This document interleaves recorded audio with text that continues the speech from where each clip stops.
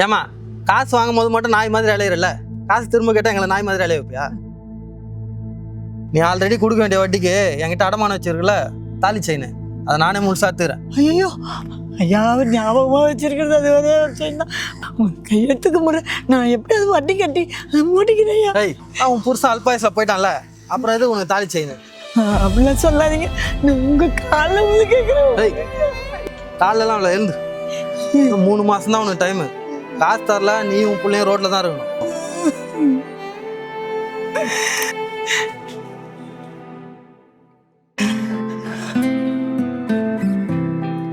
அம்மா என்னம்மா ஆச்சு? ஏமா அழுவுற? டேய், இந்த வருஷம் ஐஏஎஸ் எக்ஸாம் எப்படியாவது எழுதி பாஸ் பண்ணிடுறான். அழுவாதும்மா, ஐயோ பாஸ் பண்ணிடுவோம்மா.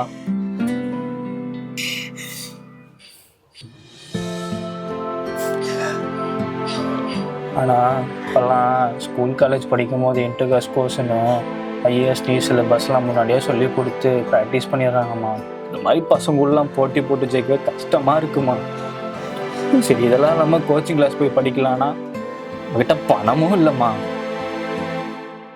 கவலைப்படாதம்மா, அப்படியே கூலி வேலைக்கு போய் வச்சா கடனை அடைச்சிட்றோம்மா.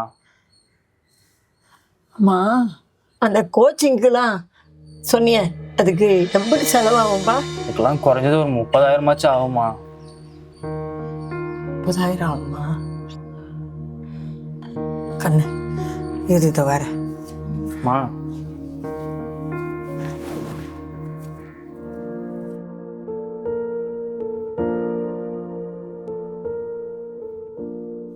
கஸ்தூரி, எப்படியாவது நம்ம பையனுக்கு நீதாம்மா நல்ல வாழ்க்கையை அமைச்சு கொடுக்கணும்.